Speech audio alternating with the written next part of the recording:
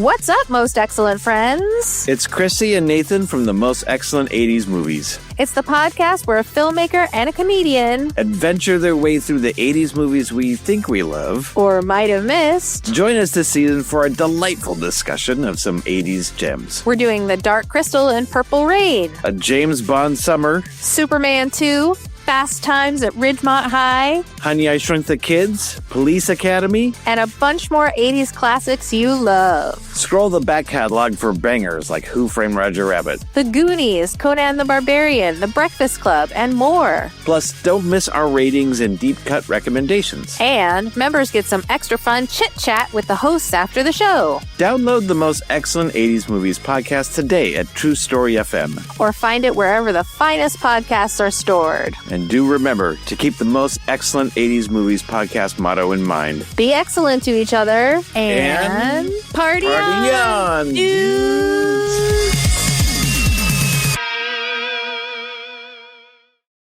Hey everybody, this is Ryan from the New World Pictures podcast, where we're on a mission to watch every movie ever made by New World Pictures. With me as always is Mark. Every movie? Every movie! Every movie? From the Roger Corman cult classics like Battle Beyond the Stars, and the super weird stuff you never even heard of like Eat and Run. Makes your tongue want to say, hey, it's nice in here.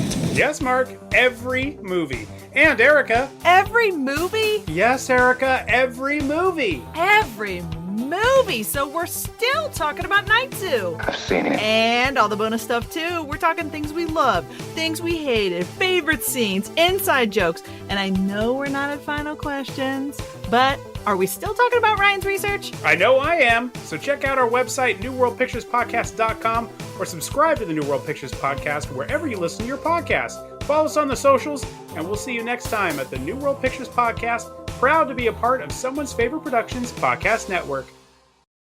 Thanks for tuning in to another episode of the Most Excellent 80s Movies podcast. Want to skip those ads and get early access? Become a member at truestory.fm/join and discover all the other great perks that come with it.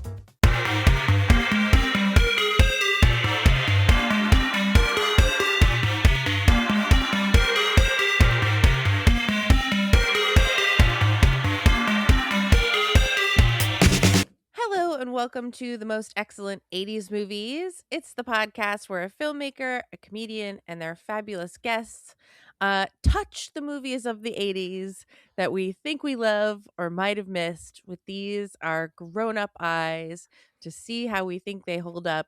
And today we're talking about The Untouchables, a movie selection from 1987 about which Letterboxd says, "What are you prepared to do?" Elliot Ness, an ambitious prohibition agent, is determined to take down Al Capone. In order to achieve this goal, he forms a group given the nickname The Untouchables. And that's all they say. I guess that is sort of the point of the movie, I guess. I'm Krissy Lenz, one of the directors at the Neighborhood Comedy Theater in downtown Mesa, Arizona. And I'm Nathan Blackwell, an independent filmmaker in Phoenix, Arizona. And with us today is one of our very favorite guests, a podcast impresario, if you will, and our pod boss at TruStory FM. It's the wonderful, the amazing, the truly talented Pete Wright. He brings a movie, you bring a podcast. Yeah. That's how you take down Capone. What? Oh, good. It's the Chicago way. That's the Chicago way. Yeah. I love it. I tried to do a Sean Connery impression, and it was tragic. So You got to commit to the bit, Krissy. You just got to commit to the bit. Yeah. How did you guys who hadn't seen this movie? Me. What? Okay, surprise. Look, how did that happen, Krissy? How did that happen? Explain in your life? yourself. Explain yourself. Oh my goodness. This was just like not most of the movies I saw in the 80s were because my dad loved them, and for some reason he just didn't. Yeah, he didn't see this movie. I think I've seen parts of it for sure, and I've seen parodies of it all Sure. over the place. So it felt very familiar, but there were big parts in the middle where I was like, what is going on? And it just seems so silly because Prohibition is such a nothing burger, that it was such a big deal for such a short time. Well, it was like 14 years, wasn't it? Yeah, but the impact of Prohibition, I think, is wrapped up in the last line of the movie. Like, what are you going to do, Mr. Ness, Mr. Ness? What are you going to do if they repeal? Well, I'll probably have a drink. Like that. Yeah. It was, you'd say nothing burger. That's the point. Like much ado about having drinks. It was ridiculous. Yeah, have some drinks, people. We got to get through. Life's hard enough. Through all this. My goodness. So of course, yes, this was my first time seeing this movie. Nathan, is it a favorite of yours, a staple of yours? Yes. So this is one of those movies that I would categorize I would throw in the bin of early rated R movies. Nathan's first rated R movies. Yay! I love that. We need like a stinger, some sort of a theme. Yes. Nathan. Bow, bow. Yow, yow, yow, yow. Trauma everywhere. Trauma. Yes. And this is, and then, because I can still feel the trauma when I watch it, which is not to say that I was repelled by this movie. If anything, I was allured by the trauma. I wanted more trauma. Poke at me more. Oh, the pain. Yeah, this was because this is a Brian De Palma movie. So it is disturbing, it is violent. But there is a certain adventure to it as well. But it is for sure, this is a gangster movie. When all is said and done, this is a gangster movie. And the things you want in the gangster movies is you want people to die in back alleys and Tommy guns and shootouts and stabbings, and you want it to be a little rough. It's a gangster movie that's not about the gangsters, but there is a lot of gangster action going on here. But yeah, so this was one of those movies that me and my friend Craig, we watched early on. I have no recollection how he got a hold of it. It might have been his dad had a Laserdisc collection.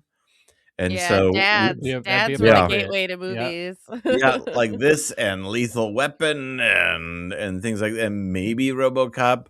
I think I might have. Yeah, so this was one of those movies. It's like, this is an adult movie, but it's an adventure, and yet it's kind of it's not gory, but man alive, is it bloody. Yeah. So yeah. And for you, Pete, is this a fave? Oh, yeah, I think so. It was interesting watching it again at this time in my life, and we've done it on the next reel. We've talked about it, and in fact, just this morning, I recorded an episode of the Next Reel Film Podcast talking about House of Games, which was written and directed by David Mamet. As much as this is a Brian De Palma movie, this is also very much a David Mamet story, and it offers many of the Chicago tropes that David Mamet is known for. And even I contend that David Mamet is at his very best when someone else is directing him, and this is that script. Like, this is that sort of stilted dialogue that can be made more sort of period human when David Mamet isn't directing his own words. And I think De Palma gets it and makes a really interesting kind of a kind of mishmash of Mamet's Chicago in 1930 that still shows up as a traumatic gangster film that plays for me. So is it a favorite? There, I'll tell you, overall as a film, it's not like my most favorite film, but there are beats in this movie that are extraordinarily good, that just highlight. I mean, so much great filmmaking.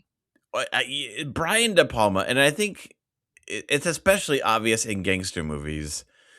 Like Brian De Palma's with like Scarface, but also like I'm thinking of Francis Ford Coppola. Like you're gonna have a murder scene, you're gonna have a shootout, and the idea is to make it as unique and memorable and almost iconic and eccentric as possible. Yeah. And there's so many moments like that where it's like, okay, we have to depict violence. What is the most interesting situation we can do it? Because ultimately it's just people gunning each other down. But how Yeah. can you just make it just a little juicy and as memorable as possible? And how Yeah. do you fail that? Like how could you possibly fail that when you give a bomb in a briefcase to a 10-year-old girl as your Oh my opening gosh. gambit? Yeah. Yeah. You could have had him just leave it in there, and then the kid is playing, and then you cut to the wide, Yeah. and it blows up. But having her run out and say, Holding "Mister, it. Miss," yeah, holding it, Mister, and then kaboom! Yeah. You're like, It's diabolical, right? That sets Yes. the promise of what this movie is going to be. yes, Mhm. This is the second movie in a very short period of time where someone has left a bomb behind and someone has really struggled to return it to them. So I think the lesson is someone someone leaves a bag behind, run away. Yeah. Don't Right. help. Yeah, bad Samaritan. That's what we're going for. Bad Yes. Samaritan. Yes, That's the bar. that's right. the lesson. Delegate. Yes. Send a Yeah. friend. But I loved that opening of the movie. I was just like, all right, we're doing this. And it comes right after Robert De Niro as Al Capone is like, violence is bad for business. He's doing an interview while he's getting shaved, which is just a baller move, but a bad Incredible opening idea. shot, right? Like that Mhm. opening top-down shot that slowly moves in. Like I can't remember a better text on screen background than this shot. This was so good Mhm. that we have this shot and they tell you the story of what's going on in the 30s over the like brocade floor, right? That was so Mhm. good. And then the camera moves in it is just elegant filmmaking. Yeah. Brian De Palma really is something special when it Yeah. comes to the camera. Oh yeah, I mean using old school stuff. Like De Palma loves the split diopter. Like he just loves Yes. it. And you get a couple of really luscious diopter shots in this movie Mhm. that are really solid and Yeah. keep you in the period because that's such a period move. So Mhm. for Krissy and those who don't know what a split diopter is, so that's when you are able to focus on two different things. So Mhm. sometimes you'll see like the opera performer right super close in focus, and then way in the background is Al Capone also in focus. And so they're able to basically split the diopter and have two totally different sides of focus. Like it's literally cutting the image in half. Yeah. It Super is cool. actually it's actual glass that sits on top of the lens and it covers half the lens to change the focal length of just half of what is in the frame. And the other half is at a different focal length. It's crazy cool, really ingenious, super practical. Like there's no effects going on there. It's just light. Awesome. I love that. Are we gonna have some split diopter shots in the next Nathan Blackwell production? Yeah, Talk we're about gonna a do a baller new move. split diopter podcast. It'll be our spin-off. Wonderful. I Perfect. love it. What do we think of Kevin Costner in this movie?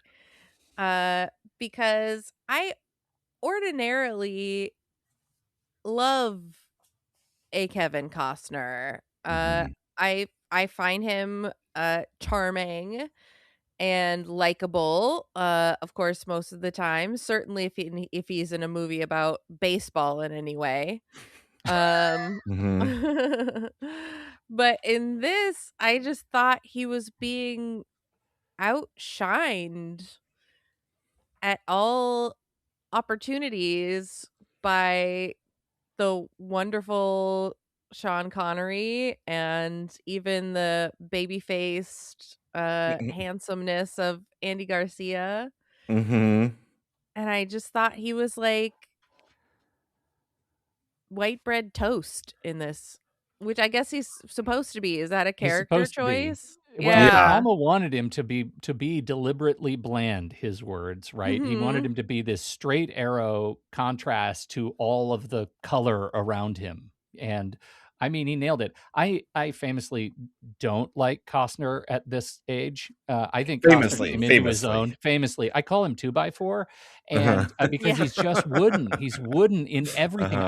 I am just gobsmacked that he became as famous as he did, and yet this was right after Silverado. It was just before No Way Out. This made him $1 million a picture actor, and I don't understand why everybody loved him. Like, his career was made off of middle-aged moms in suburbia, and somehow they found him just swoon worthy. He didn't become interesting to me until he hit like 60. That guy now, and he got grumpy. And he got grumpy, and he's awesome. Yeah. But before that, he's just so boring. He's so boring. And this was just another boring part. And they can excuse it by saying, oh, we want you to play deliberately bland. He wasn't playing anything. He was just Kevin Costner. Yeah.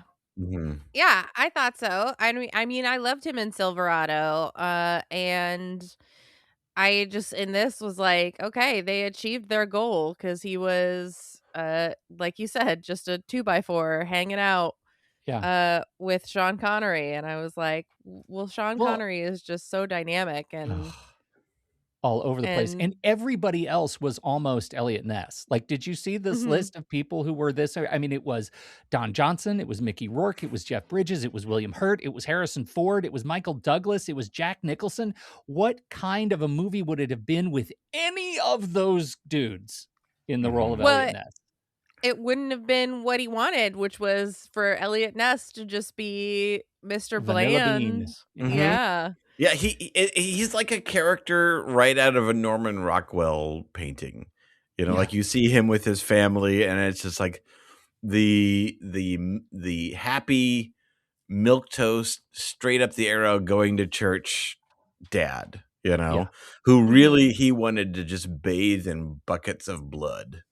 You know, he wanted him to have this shucks, gee whiz moment, and he wanted that person to be as traumatized as Nathan at a young age. You know, I feel like after Silverado, it is delightful that they got a shootout with Costner on horseback, right? Like, that's a power move. We're gonna put a horseback scene in this Chicago gangster movie on the border of Canada. Yeah, I was really at that point confused. I was like, we're on horses now? Like, what the? This took a turn. Yeah. We're gonna, and he actually uses the line, right? We're gonna have to close the gap between this cabin and that bridge really, really fast. So we're gonna do it on horseback when everybody else has cars, right? Like, it just seemed like a strange choice. Of course, the Mounties all have their horses, and I would like to submit, better equestrian professionals than maybe the Chicago law enforcement Treasury Department. But they do get Costner on a horse, which I think is contractually obligated at this point. Yes. Costner on a horse, baby. But I just imagine the other three guys being like, you want me on a what? Right. And you want me to ride this animal into a gunfight? I don't think so. The little guy who's the accounting guy, who was my favorite. From American Graffiti. Yes. Yeah. So good. Just my favorite of all the Untouchables, who was like, I was like, rooting for him so hard. Like, you're the guy who's going to get him. Mr. Accounting Man, get those ledgers. That's what we're fighting for in this movie, is to get the ledgers. Do you know what, though? I want to say, I think that is I mean, everybody, presumably at this point, people watching this movie, few of them maybe walk into this movie completely blind on how Al Capone went down. Like, at this period, like, Al Capone went down for tax evasion. And so to seed in the script this nebbishy accountant who's constantly looking at the book saying, hey, look at this. I think we got something here, and have nobody believe him. But that thread perfectly paces the perforation of that beat throughout the course of the movie. So by the time you get to the end, you're like, oh, this was inevitable. And I think that's just smart scripting. It makes a lot of sense. This, again, Mamet, famously not a likable person, problematic Right. creator, but fresh off his Pulitzer Prize, like, you get why, you know, he became the scribe for this thing. He's very, very talented. Mm-hmm. Yes. And I love that little guy, and I was like, you're gonna be the hero, buddy. Yeah. And then when he gets killed, I was like, You feel it. so upset. Yes. Yeah. Yeah. It's So so. upset. He just feels like your baby. Do not Yeah. harm my Yeah. baby. You know. Like somebody he's- just kicked a puppy. Yeah, and then he gets into an elevator with the cold hard assassin, and it's like, my baby. No. Which, speaking of babies, when I saw that scene on the staircase, I was like, oh, right. This is what that's from. This is where the from Naked origin. Gun. Yeah. Yeah. This is what that's Oh my from. God, that's so funny. That is such a good scene, because you see Kevin Costner like struggling, like, I need to help this woman with this baby in this suitcase. I must help this woman with Yeah. this baby in this suitcase. Yeah. There's gonna be a shootout. I gotta get this baby in this suitcase up to the top, baby- and then And then he's the one who pushes the baby. Like, he hips Yeah. the Yep. baby and pushes the baby down the stairs. That's, God, classic Costner. Mhm. Yep. And then Andy Garcia's at the bottom, just sliding in to like stop the baby, and the baby's like, I'm fine. Is Andy Garcia your favorite thing in this movie? So when he came on screen, I was watching with my husband Dorian, and Dorian just went, damn, he's handsome. And I said, yeah, it's true. Yeah, Look at his it's tiny true. baby face. Mhm. Yeah. He's in, have you guys seen a movie called Barb and Star Go to Vista Del Mar? No, but I No. know of it. I've heard of it. at Okay. least. Yeah. Do yourself this favor. It's a gem. But he appears in that very briefly as Tommy Bahama. And so I was thinking about, I talk about someone who aged beautifully too. Like, he looks as good now as he ever did. But yeah, I loved him in this movie, and I thought he was so great. And I like that they're like, well, if the apples in the bushel are all rotten, see, there's my Sean Connery. Mhm. Yeah. You go to the tree, Go to the and then tree. Yeah. they go pluck Andy Garcia out of his like shooting range class, and Mhm. call him so many colorful names. Uh, If you love Italian slurs, this movie is for you. oh yeah. Yeah. You're right. It's choice. Yeah. If there's a variety list of best super Italian racist movies, Right. Yes. this is the one. This is the one, guys. This is up there. You're in luck. Yeah. This is a future deep cut recommendation for something with not as good of bad words Mhm. about Italians Yeah. in it. Yeah. So if you're wondering about the historical accuracy of this movie, Elliot Ness got Al Capone convicted for tax evasion. That's the end of the historical accuracy. Yes. Yeah. If you're wondering, The it's like, well, beginning did and the this end. character do this? Did they have that? No. We are now complete. Everything else is fictionalized. Yeah. Yeah, and Mamet was also talking about like how he really didn't like Elliot Ness did a autobiography, and he really didn't believe much of what he said. You know, what the story really is. So at that point, it's like, so what is the story you're going to dramatize about this? You know, you're not gonna. You know, they didn't want to make it because they have told the story of the Untouchables and Elliot Ness before. Wasn't there a TV show or was there an old movie? I'm sure there was. I am Yeah, not in the strike zone of that demographic, but my parents right, were, like, and they watched everything right up to the opening of Al Capone's right. vault. Okay, I guess unsurprisingly, it was called the Untouchables. so, Yeah. so it's We are possible that crushing they it. were, so possibly, they were basically doing this is like their equivalent of doing Starsky and Hutch, but them just doing their own thing, Yeah. like Yeah. the story that they decided to tell was this Dudley Do-Right of Kevin Costner. How far is he willing to go to stop Al Capone? And so they have to take him from a place of, I will always obey the law. I will always pursue him within the limits of the law. And then you've got our Sean Connery, our Obi-Wan Kenobi, basically encouraging him to step over that line and say, how far are you willing to win? How far are you willing to stop Capone? So it's really about breaking the law to stop the criminals, to one-up them. Right.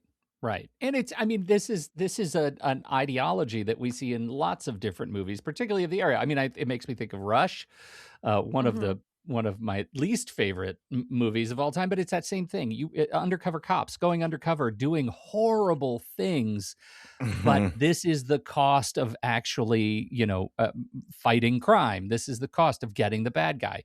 By that final speech that 2x4 gives, is like, I have done horrible things. I've done all the things that I swore not to do when I swore to uphold the law, but I've done these things to get this guy, and you're about to let him walk away.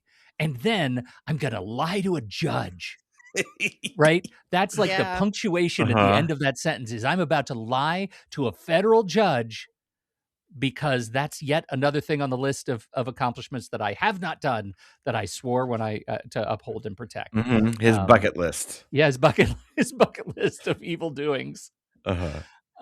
Yeah, it's actually it's an interesting sort of sort of like ideological experiment here, and telling it in the form of historical fantasy. Right? Yes, Right. it's. Yeah, Go ahead. I mean, they basically, like, their version of the cantina scene. It's like, well, if you really want to see how wild this world is, Sean Connery is like, everyone knows where Capone is. Yeah. Just no one is willing to cross the line. And they literally, it's not some shady warehouse. They go downtown and they say, okay, we're going to cross this line. Are you guys ready to do this? And in the basement of the post office, again, probably not historically accurate, but there's a whole huge operation there. And it's just a question of who is going to piss off Capone. And so they go down there and they do a raid on an enormous operation in the bottom of the U.S. post office. And everyone is like, the gangsters all gobsmacked. It's like, who this belongs to, right? And they basically are declaring war against Capone, which immediately means that he's going to come after them. Yeah.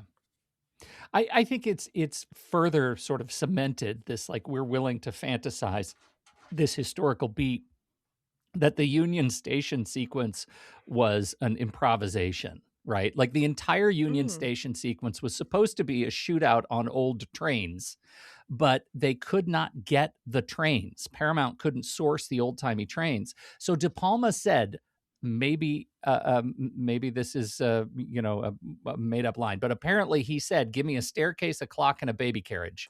And that whole sequence was shot over 6 nights at the actual Chicago Union Station.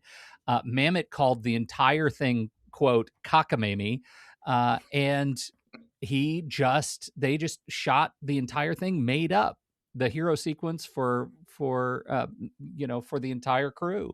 And that is the central action scene of the movie. It is why the movie is remembered, and it was an improv that did not exist. The Get the Accountant sequence. Yeah, let's hear it for improv. Woo! And Take yet those you got classes, him, people. Right? You got him. Yeah, I got him. Is one of the best. Yeah, it was one of the greats. Is one of the greats. Yeah, it's a Mhm. fantastic scene. It's a fantastic scene. Can we also say just real quick how good, just as an aside, let us step aside for a moment, how good everybody looks. Like Giorgio Oh, Armani did the so costumes. good. Mhm. That was my very first note. Yeah, wardrobe by Armani. Yeah. My. Mhm. The overcoats. My God. Yeah. Oh, God. And I Yeah. feel like this was really in a sweet spot because I, you know, at that younger age, I really loved anything that was from like the 20s and 30s and just that kind of like that period in time. Yeah. You know, I'm sure Indiana Jones had a lot to do with it. This Yep. movie had a Mhm. lot to do with it, and it really kind of created like a romance of that look and feel and a nostalgia for a time that I never lived through. Yeah, for sure. And I mean, you know, you just watch these guys. You just watch Andy Garcia wasn't even wearing a suit, but man, he had that silk jacket, that crop waisted silk jacket when he's sliding across the marble at Union Station. He looked Mhm. so class on the floor there. Yep. I Mhm. mean, just Oh so yeah. class. Everybody did. And he's like, I And stopped a baby with my foot. with my foot, and I still shot a guy in the head. Yep. This really was you know, central in Armani's kind of early Hollywood era, right? He had a very strong relationship with De Palma and Scorsese and Coppola, and you can just feel it. It exudes class in the movies where Mhm. he's involved. Mhm. Mhm. Super, super strong. It like makes me want to buy overcoats, even though I live in a Yes. climate where it will never ever be it will always Yeah. be inappropriate, even in the dead of winter, to wear an overcoat. I just Yes. long for them. So I have a whole closet full of outerwear that's like never appropriate, but you just want to imagine yourself Mhm. living in a Yeah. cold place where you get to wear a hat and a coat with the collar up and be fabulous for just a moment. Well, Yeah. in fairness, they probably want to wear shorts. Yeah, that's true. I hope so. Yeah. They long I Yeah. for hope a Phoenix Well, winter. yeah, there's a yeah. really interesting connection between Chicago and Phoenix. Like when the last time I was in Chicago, I was in the train station. It wasn't the one in the movie, Mhm. but I was like coming off the Amtrak, and there were advertisements for Scottsdale, Arizona, everywhere. Oh, I'm sure. Yeah, it Mhm. was just slathered all over the place, and I think that there's a real kind of like environmental envy of the other one. You know, like an interesting conduit between the two cities. Yeah, well, Mm. we send a lot of improvisers there. Like Chicago is Mhm. one of, you either go to Chicago, LA, or New York if you want to be a famous improviser. So we export a lot of our best improvisers to Chicago. So I know a lot of people there. I've only been there once for a wedding. It was Oh, cold. It was quite cold. But it was exciting. Um yeah, I love all the little bits in this movie that are so fun, and I think a lot of them have to do with Sean Connery because he's such a rapscallion. And Mhm. I just love that like boring old Kevin Costner is like, you know who I need? This is not working out with all these cops. You know who I need? That grumpy old man who stopped me on the bridge. He is going to be the guy who gets this all together. yeah. And Jimmy he's Malone. yeah. He's And the one another who famously, the real guys never met. Ness and Yeah. Malone. They never met. Yeah. you Come mean on, they movie. weren't best friends? They weren't besties. No, they were not. He Oh, wasn't shucks. Obi-Wan. He was Oh, Obi-Wan right. Kenobi. The most Scottish Irish man in movie history. Yep. But I love the bit he does when they're in that cabin and like Elliot Ness has killed a man and he's like trying to get the accountant to talk and he's like pretending to interrogate the dead guy and like blows the head off a dead guy just to be like, you see, I'm Mhm. Yeah. crazy. I'll do anything. You better tell us everything we want to know, and it works. He's like, I will tell you everything you want to know. Yeah. Mm-hmm. Yeah, that scene was way high on the trauma scene. If we're doing a tier list, Tier list Yeah. of trauma. yeah, Yeah, that's S tier right there. yeah, So is throwing Nitty off the roof at the end, right? Uh-huh. That's S tier trauma because Nitty clearly deserves it in full Mythmaker mode. And Mhm. the fact that we have the full transformation of Ness from, Johnny Do-Gooder to the guys in the car, right? That's a great throwaway line that shows how diabolical he is now. He just made it. He made the full turn. Yeah. He had the guy, and it's like, you know what? They're just gonna abuse the system. F this dude. Yeah. Yep. Well, and he goes from a guy who's like calming himself by brushing his wife's hair to a guy who misses the birth of his child. Yeah. No, my wife has never said that to me. Come home and brush my hair. Never once have I heard that. Maybe we're not doing it right. I don't know. Yeah. You gotta try it at least once and be like, honey, let's pretend we can't drink. Let me brush your hair. Brush each other's hair. I guess it's kind of the same thing. I'm looking through my notes to see if there's other moments that I wanted to call out. We already talked about the sweet little accountant dies. And they write touchable. Like, if you call yourself the Untouchables, you're just asking for someone to be like, oh, you think I can't touch you? Touch you. I can touch you. I'm not touching you. I'm not touching you. If we're talking about trauma tier list, then the baseball bat scene. Okay. Oh, yeah. That's a great scene. Yes. It's another De Palma great, right? Because Have we even mentioned De Niro yet?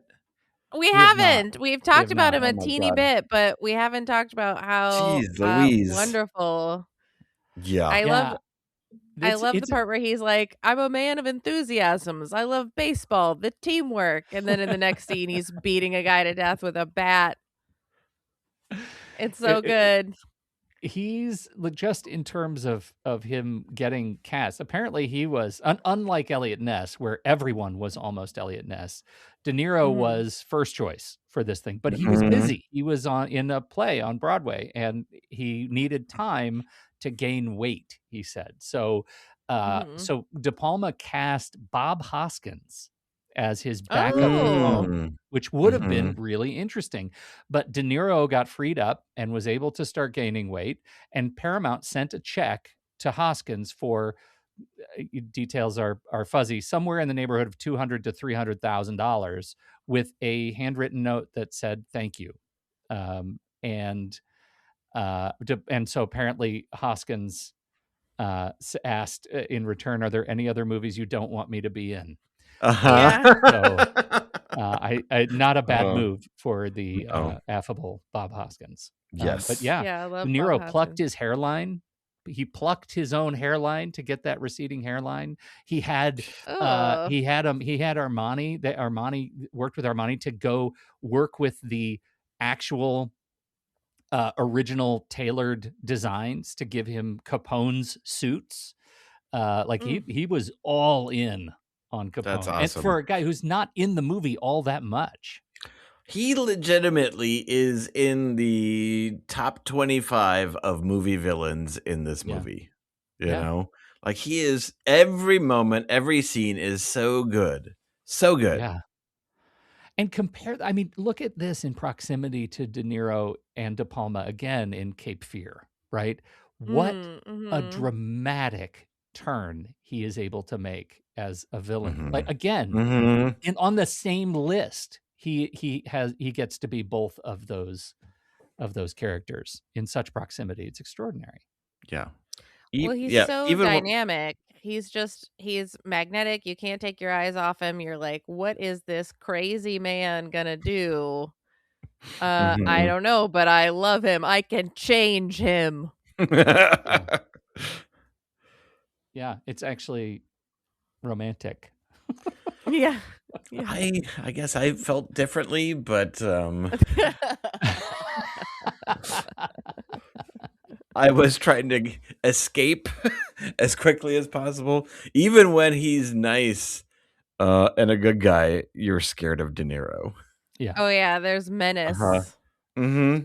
So that back to that the circular table scene, just again because we love top down shots. De Palma and Capone get the top down shots just right, and so to go in on that circular table, to know that the faces are starting to look familiar, but they're all this kind of vaguely kind of similar builds.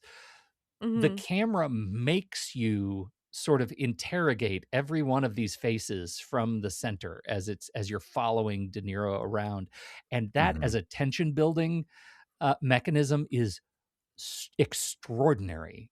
That this is what that I get to know. He picks up that bat, and it's not just for show, just for his love of baseball. Why is there a bat there? Because nobody does that. It's always got to have a bat. Right? Yep. It is a fantastic example of just building tension and making the audience kind of complicit in the search for the bad guy, and I love it. I just love it. It's one of those. It's another one of those moments that makes a beat in this movie that is just A++, S tier, S tier. And what sort of magical lenses did they use in that, Nathan? No, I don't think there's any magic lens. I think it's just a lazy Susan. A lazy Susan. Yeah. Just shot selection and editing. Yeah. Yep. Ooh. Just Yay director's for intent. editing. Yep. So this won Academy Awards, yes, and was nominated for bunches. Well, so this is what I love so much. I'm just yes, but my favorite one is Connery, because Connery won the Oscar for his role and was later voted in 2003 #1 for the worst film accent for the same performance. Yeah. How those two things can go together, I think, is extraordinary. But yeah, this was an important movie in awards season. Yeah. So, best supporting actor, Sean Connery. Best original score. Best costume design. Best production design. We haven't talked about Ennio Morricone for the score. Are you guys fans of Morricone? Yes. So we're talking about Krissy. He did like the good, the bad, and the ugly, the Clint Eastwood spaghetti westerns, and it felt like a spaghetti western. It's like. That is such an odd harmonica there, but I'm here for it. Yeah. It's interesting. It's like he's an Italian musician who is famous for doing westerns. But I felt like it was always a strange, unusual choice, but it produced a really interesting effect. Yeah. He's such a, for me, I grew up with things like The Mission. That soundtrack was always always playing in the background, but he also did even more contemporary than that, right? He's done some Quentin Tarantino. He did Hateful Eight. He's got over 500 credits. A lot of his music has been reused. But in terms of what he is just composing, his music is legion, and so I think I can't think of a better, like, you're making a movie about Italians in Chicago, an Italian blood feud in Chicago over booze. I can't think of a better composer to step in and do something like that. Like, he's got the DNA for it. He also, like, he apparently didn't really love it. He like the main thing that De Palma wanted out of this was a triumphal piece for the police, and he didn't care for it at all. Like, that, just doing that just felt wrong. And so he ended up doing 4 major themes, and his favorite was apparently the Capone theme, what he calls the comic wah wah trumpet with Scott Joplin ragtime hints, and I just love that. The heroic melody is in it doesn't really come in until the end, but it is nominated I for think the Oscar, won the Grammy. Love it. I love it. I love it. Yeah, so good. And it's like top to bottom a good movie. But curiosity has is getting me. If you were to say on a scale of 1 ledger to 10 ledgers, 10 ledgers being the best because then you have all the information. How many ledgers? These ledgers prove that Al Capone has been evading taxes, correct? Yeah. Yes, they do. Okay. And you need more than one. Okay. I'm writing this how down. many ledgers? I think for me, this is an 8-ledger film. Yeah. And those 8 ledgers are extraordinary, but the last 2 ledgers are Kevin Costner. Yeah. Yeah. He gets better. Yeah. He gets better. Yeah, I am going to also give it 8 ledgers. I don't know if it's the same ledgers that Pete has. I don't know if we can share and compare notes. Maybe we have all 10. Yeah, between us, we're sending Capone to jail. Yeah. Yeah. What are you prepared to do? That's right. So I'm prepared to wake up early. I'm prepared to maybe have a late lunch. Yeah. Yeah, it's really, from a storytelling standpoint, even divorcing some of the nostalgia I have from it, it's a really solid movie. Like if you're into, like I wouldn't even necessarily recommend it if you're into gangster movies. It doesn't really fulfill a lot of that. With like traditional gangster movies, there's the wish fulfillment of if you could be a criminal. This isn't that kind of movie. This is really more kind of Tommy guns in the middle of the street, more from the law's point of view. But it's a solid crime movie. It's one of those ones that just keeps building, and if you catch it on TV, you keep watching more and more. Because it just builds so greatly. I would say kids don't watch it for history class. No. This film is not interested at all in history. It's a moral fable that is just asking the big question, whether good men have to become evil men to defeat evil men. And it's a big sort of melodramatic, Baroque type of exploration of wills. And I find it fascinating, and like Nathan said, like the beats in between all the stuff I don't like are so extraordinary, and as a whole it makes it a really entertaining watch. I would watch it for screenwriting class, honestly. Of how you take a character from A to Z and you develop them, you introduce all the themes with every beat and every scene, and you're pushing it forward, how each character kind of represents what the main struggle is. Agreed. Yeah, perfect. I also, as a first time viewer, will say that our last little run here of Nathan picked movies have been really exciting for my husband Dorian, because I'm just like, I gotta watch The Right Stuff, and he's like, no, I'll watch it with you. I've gotta watch The Untouchables. No, I'll watch it with you. And so I also give it 8 ledgers. Cinema. Yeah. Funny, he doesn't want to watch. I love that Dorian sounds like a cartoon duck when you say, I'll watch it with you. That's who he is. So good. Deep down is a cartoon duck. Who likes to brush your hair. Yeah. Brush. I'll brush it for you. Yeah. Let's hang out and I'll brush your hair. I also give it 8 ledgers because I thought it was a really enjoyable watch, and I kept seeing things where I was like, oh, okay, this is where that came from. this is where that came from. This is where that came from. And it's tough to go wrong. So what about a deep cut recommendation? I can't wait to hear what you've got. I'm happy with mine. Okay. I'll go first. Mine is a episode of my other passion in addition to watching 80s movies to see if they hold up is the television show Supernatural.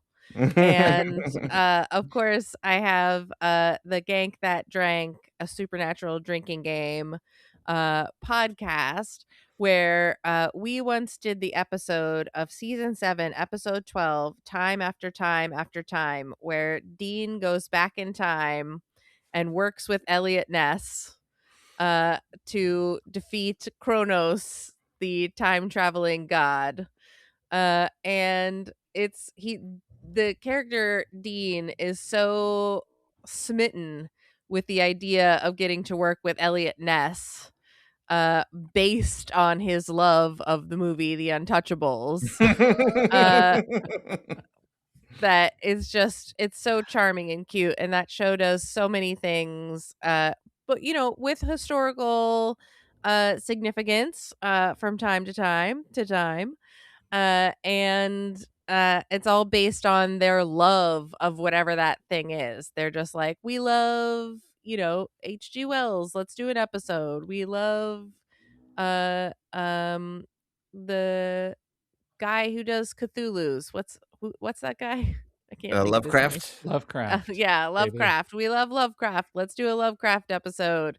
And this was their Elliot Ness, The Untouchables episode. And the overcoats are not to the Armani standard that we're accustomed to, but they are fairly fabulous. So I recommend Supernatural, Time After Time After Time, season 7, episode 12.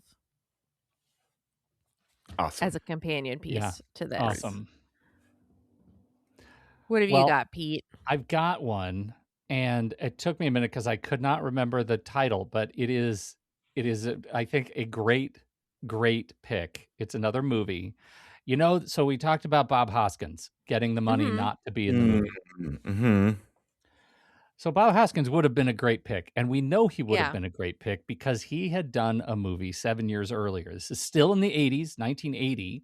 It's a movie called The Long Good Friday from writer-chief director John Mackenzie, and he was fantastic in this movie. He was an up-and-coming gangster, and it gives us like the other side of that same kind of Mamet and De Palma myth-making coin.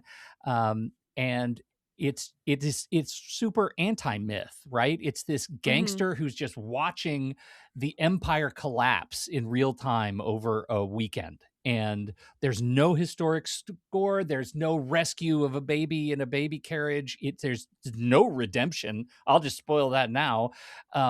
So yay. I mean, it's just grit and awesome filmmaking too. And I think it answers the question of would Hoskins have made a good Al Capone? And I think that you'll watch that movie and wonder, and legitimately wonder if the right call was made.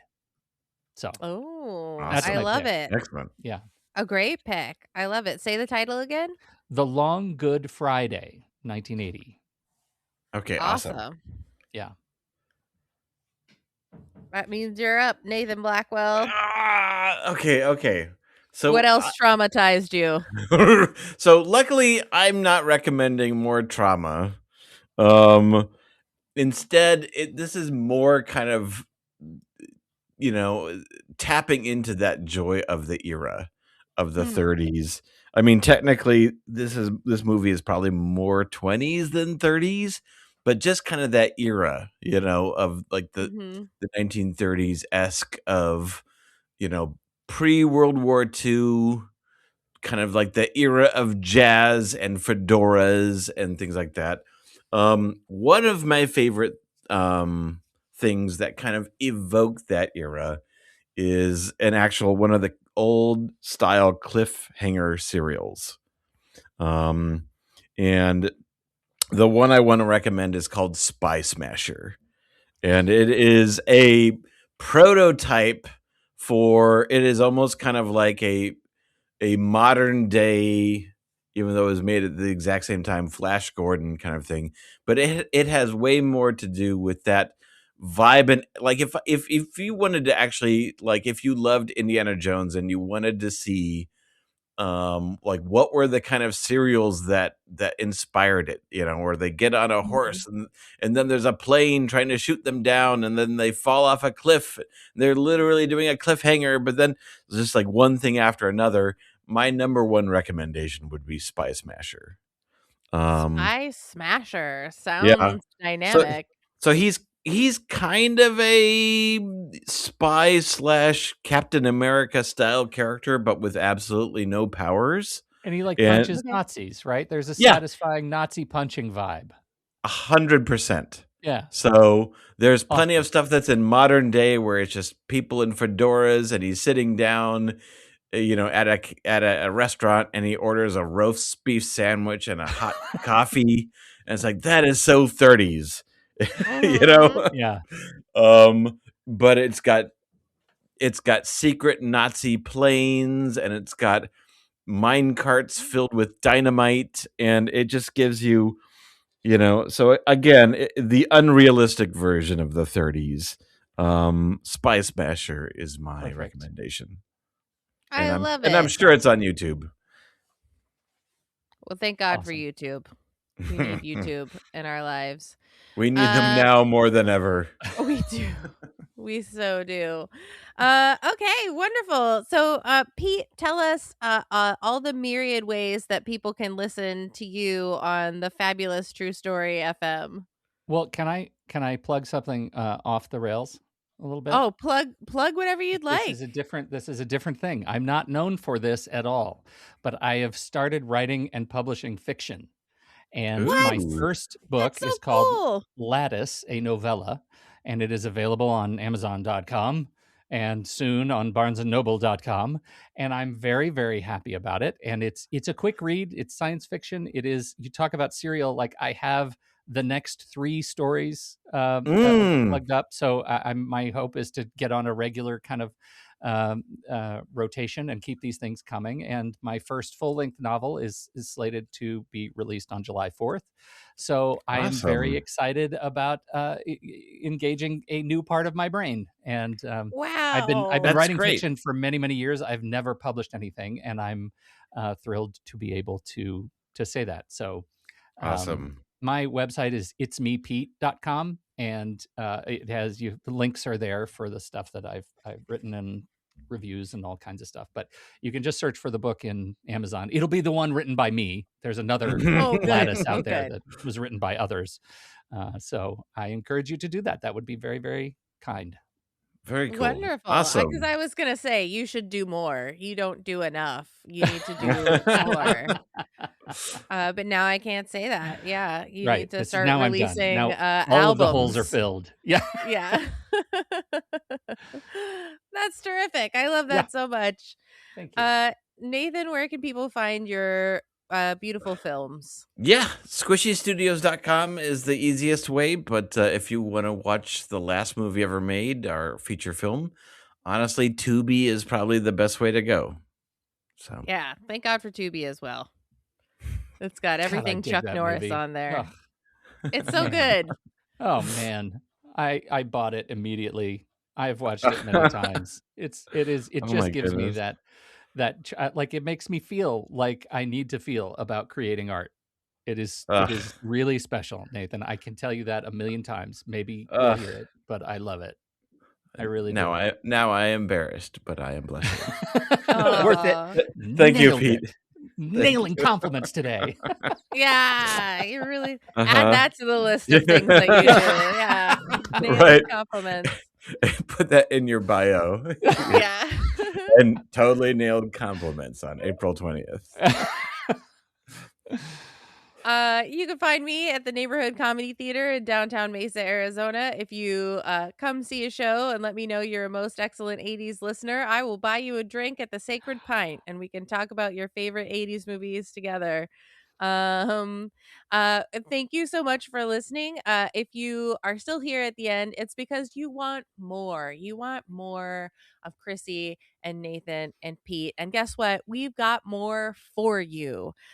We've got some super cool bonus content at the end of the episode. If you're a member, you get that super cool bonus content. We are going to talk today about things that we're watching, things that we're listening to, the movies we've seen, things that we recommend that you can go out and see right now. And maybe they star Kevin Costner. Who knows? We'll see. Maybe they don't. Probably not. But Probably not. yeah. It reminds me of, like, I went to see Weird Al recently, and his opening act was called Puddle's Pity Party, and he sings opera to a backdrop of Kevin Costner just playing on the screen, doing silly things like the flag hitting him in the face and stuff. So that's what I think of now when I think of Kevin Costner. But yes, become a member, get your episodes early, ad-free, and with extra special bonus content. Head over to TruStory FM, find our little podcast, click the little linky. And other ways to support the podcast, like, rate, review, subscribe, tell a friend, tell your local lawman who's just there to obey and uphold the law. But what is he prepared to do? Tell him about the pod. And when you're out there in the world, please keep the most excellent 80s movies podcast motto in mind. Be excellent to each other and Party on, dudes. It's getting how longer and Nathan longer always- every time. Yeah, you make I'm it a waiting- question these days. I'm just trying to sync up. I just am never quite sure. Where are we going to sync up? One day. We'll get it one day.